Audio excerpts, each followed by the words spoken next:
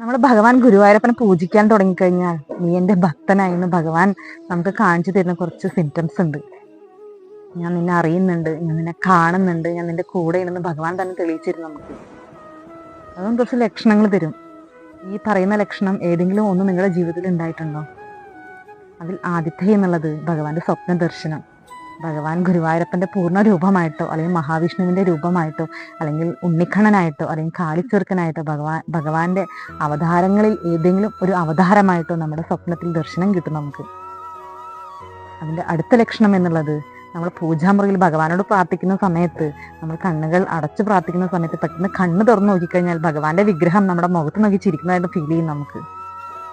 അടുത്ത ലക്ഷണം എന്നുള്ളത് ഭഗവാനോട് പ്രാർത്ഥിക്കുന്ന സമയത്ത് ഭഗവാന്റെ വിഗ്രഹത്തിനോട് ചേർത്ത് മയിൽപ്പീലി വെച്ചിട്ടുണ്ടെങ്കിൽ ഒരു കാറ്റിന്റെ ശക്തിയും ഇല്ലാതെ മയിൽപ്പീലി ആടുന്നത് കാണാൻ സാധിക്കും. ഞാൻ ഇവിടെ തന്നെ ഉണ്ടെന്നാണ് അതിന്റെ അർത്ഥം.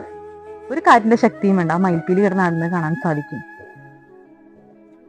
അടുത്ത ലക്ഷണം എന്നുള്ളത് നമ്മൾ ഒറ്റയ്ക്കിരിക്കുന്ന ഒരു വേളയിൽ നമ്മൾ ഭഗവാനോട് പ്രാർത്ഥിക്കുകയോ അല്ലെങ്കിൽ നമ്മൾ ഒറ്റയ്ക്കിരിക്കുന്ന ഒരു വേളയിൽ ചന്ദനം ഉപയോഗിക്കുന്നില്ലെങ്കിൽ തന്നെ നല്ല ചന്ദനത്തിന്റെ ഗന്ധം ഫീൽ ചെയ്യും നമുക്ക്. ഭഗവാൻ നമ്മളെ തൊട്ട് തഴുകി പോകുന്നതായിട്ട് നമുക്ക് അറിയാൻ സാധിക്കും.